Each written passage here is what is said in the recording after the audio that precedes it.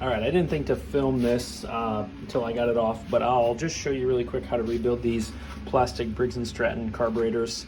They're very easy, and I'll show you how to pop it back on with very few tools. So you zip out the two 7mm. I've already done that.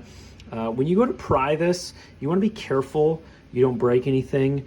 You want to take your time. What's ideal is to have a bigger screwdriver, but you can also just kind of do it like this. What you want to do is just pry a little bit here, then turn it over, pry a little bit there, and just work it off. I've never cracked one, but you certainly could if you're not careful. And basically this customer said the machine wouldn't start. It had sat over the winter, and I sprayed a little bit of carb clean in the throat. The carburetor started right up and coughed to life. So I know it's fuel related. They already changed the fuel this summer. So this doesn't slide through, this pops up. So that's super easy to pop that little guy up. That's the float and the rod. Now if you look in here carefully, you'll see there's little tiny bits of grit. It's not much, and it almost doesn't even show up on your finger, but you can tell from the sheen that something's not right. There's the fuel inlet needle. Now you may be wondering at this point, like, well, where do I go next? What needs to be cleaned out? It's really simple, but the first time you do it, it's kind of intimidating. What you want to do is get a slotted screwdriver. The thinner, the better. And if you look real carefully, you can see there's like two slots here to give you an indication that that's where you go. You basically just put that in there real carefully and kind of pry up, twist and pry. It's a little, like I said, it's a little intimidating the first time you do it, but it just pops up and this little cartridge comes out. And a lot of times there's some debris in there. A lot of times there's some debris in there. In this case, you can't see through it. Even if you just blow through it, you can't see through there. So you basically just got to clean that out. And you can also, of course, clean this out, although that's not super critical. The passageways around here are really big and they don't get plugged up so easily. So I just have a bunch of old customers' gas. Let's do that really quick. This is almost superficial. You probably don't even have to do this. Of course, I like reassembling clean carburetors, and I'll get in there and clean it up with a little brush, but you almost don't have to. Let me grab the carb spray. So to be prudent, you can just make sure that these passageways aren't plugged up.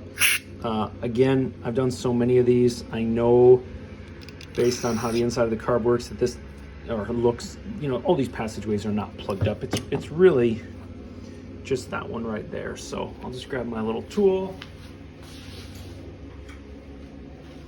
Sorry to keep you waiting. Again, if you've not seen one of my videos, I like these aviation style keychains that you get. You can get them cheap now. Sometimes you can even get them for free. And it's basically a flexible keychain. You cut it in half. You get these really sturdy stainless steel strands. You can also just take any sort of automotive wire and you can use the copper strands, although the copper is a little bit more bendy. It's not as stiff. So eventually it might give you some trouble or break off somewhere. You just spray through a little bit and you'll notice that some kind of orangey stuff comes out. That's because that's basically the clear carb cleaner mixed with the varnish that's in there.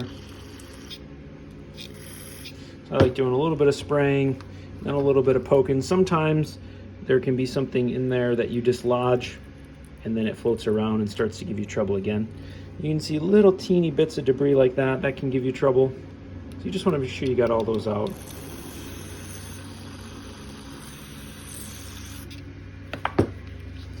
And then you just pop that back in. You really can't do it wrong unless you're a real moron, because this one is longer than this one, and if you just look in there, you'll see that. So if you didn't pay attention, no big deal.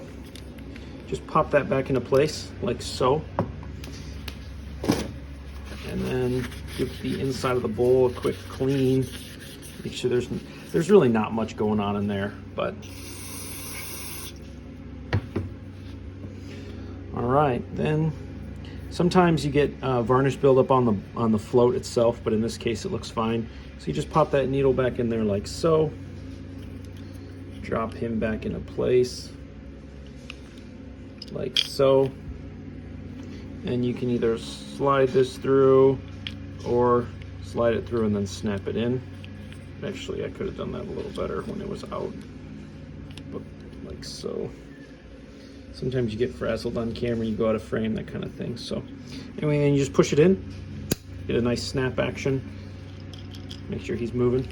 The bowl does go back in a certain direction. You'll notice this little pocket down here, that's for this guy. So you want to make sure that he's in place properly. I would not recommend using the screws to pull this back tight. That's a good way to break off these ears where the screws go. That is kind of a common practice in other industries for other applications where you use the screws to pull the pieces of material back together, but I would not recommend it in this case. All right, and then reassembly is really easy. This machine was 1 year old. They bought it brand new and left the gas in it. And we're amazed to hear that after 3 months, the gas can be bad again. You can have these carburetors out in like almost 90 seconds flat. Of course, you can take more things apart if you want, but you don't have to. So basically what you want to do is you want to reconnect the linkage for the throttle, like so. And then if you're careful, these are very thin and very bendy, and you can actually get these in place without taking anything else apart, although it's a little bit harder on camera. Yep, there you go. And then you connect your fuel line over here to the right, like so.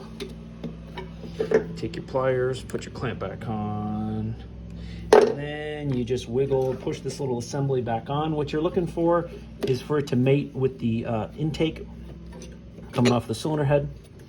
You kind of know when it's on there, it'll click and fit rather nice. And let me just grab my screws.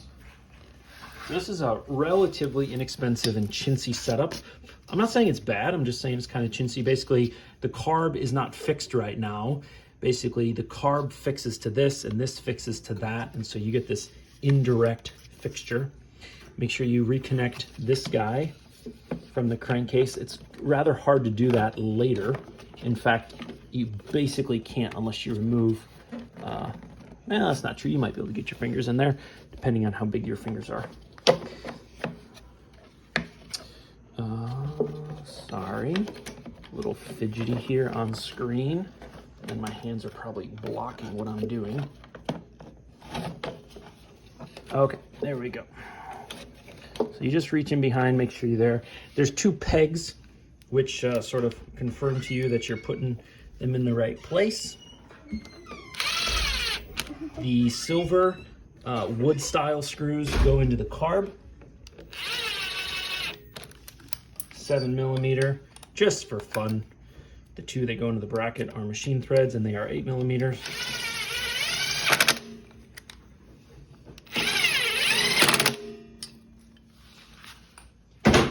And then I'm gonna clean out this housing for him a little bit, spray out the air filter. It's not too bad, but it's just something I always do. I'm gonna refill it with fuel started up. If you're watching this video, then it worked. And if it didn't work, then you're not watching this video. All right, folks, take care. I hope that helped somebody.